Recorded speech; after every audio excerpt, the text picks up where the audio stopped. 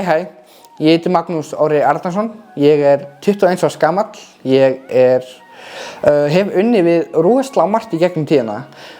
Þegar ég var yngri þá til dæmis bara byrjaði ég sem krakki í unglingavinnunni sem svona vinnuskóli fyrir krakka í grunnskóla og það var mjög gaman.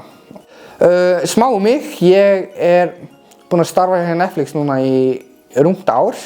Já, ég byrjaði í febrúar í fyrra og byrjaði þá í verkefni sem sjónvarpsþættina sem heita Heartstoppers og ég að mixa saman hljóð og tónlist í season 2 þáttanna sem koma út 3. ágúst árið 2023 og mér langar aðeins að fara yfir sögu sem ég hef verið að vinna við og hvernig allt þetta þróaðist. Þegar ég var cirka 8 ára gamall þá byrjaði ég að framleiða að klippa bara og stjórna vídeóm bara fyrir vini mína og alls konar, bara búa til alls konar stuttmyndir og eitthvað svona sem vinirnir vorum að fíblast og það var allt tekið upp á iPad. Ég man bara svo rosalega vel eftir því þegar ég var að taka upp á iPad og í forriti sem heitir iMovie og það var svo rosalega gaman að búa til einhverja stuttmyndir og það forriti var frítt líka. Þannig að maður gæti alltaf nota hellinga trailerum og hellinga stöffi til að vinna efni úr og þannig við félagarnir fórum oft út á Bryggju og fórum alls konar staði á Reykjanesinu og ég var heim í Keflavík sko.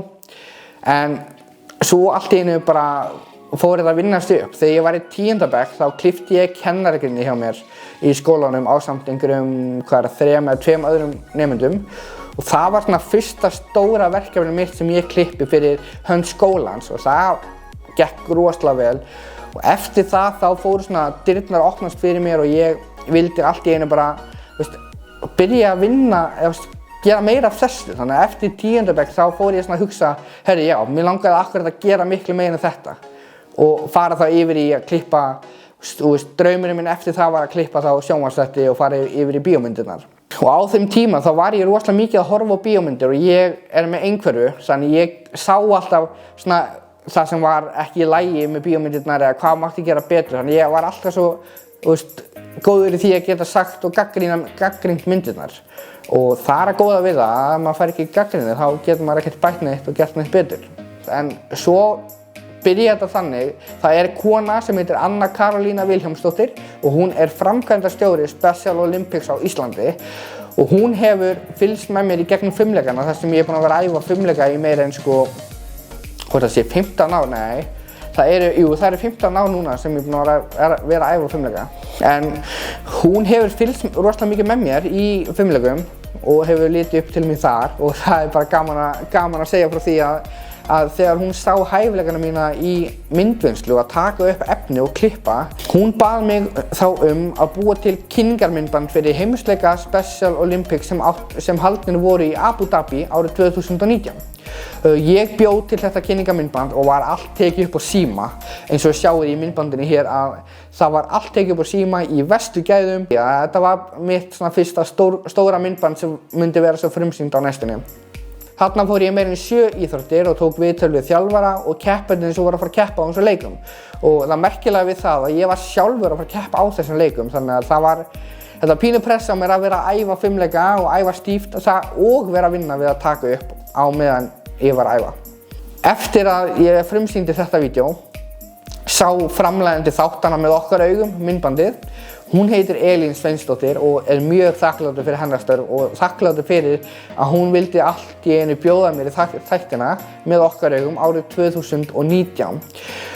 Ég byrjaði eftir heimsleika Special Olympics, þá fór ég, held að hafi verið í maí akkurat, þá fór ég í mína fyrstu sjónvarpstökur hjá RÚV og var þar að vinna með þættina með okkar augum.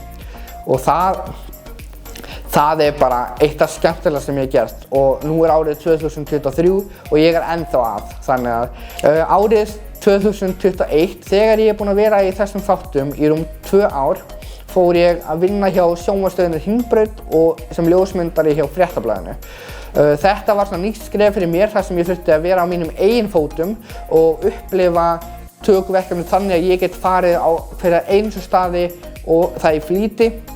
Og þetta var góð reynsla fyrir mig og ég hef mjög mikið núna verið að vinna við ljósmyndun og vídeóvinnslu eftir að ég hætti þarna hjá Hringbrautum. Árið 2022 var stór dagur í mínu lífi þar sem framleiðandi þáttanna Heartstopper vildi fá mig með sér til liðs og ég rosalega þakklátur fyrir það að hann fengið að vinna breskt sjónvarpsefni sem verður sýnt á Netflix 3. ágúst árið 2023 og vann ég þetta verkefni jafnt og þétt með öðrum hljóðmixerum.